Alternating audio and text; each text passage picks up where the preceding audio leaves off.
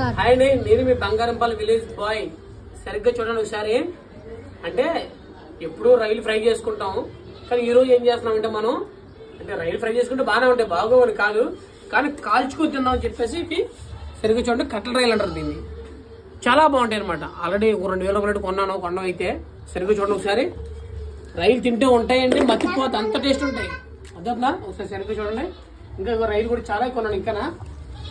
ఇంకా సరిగ్గా చూడండి ఒకసారి.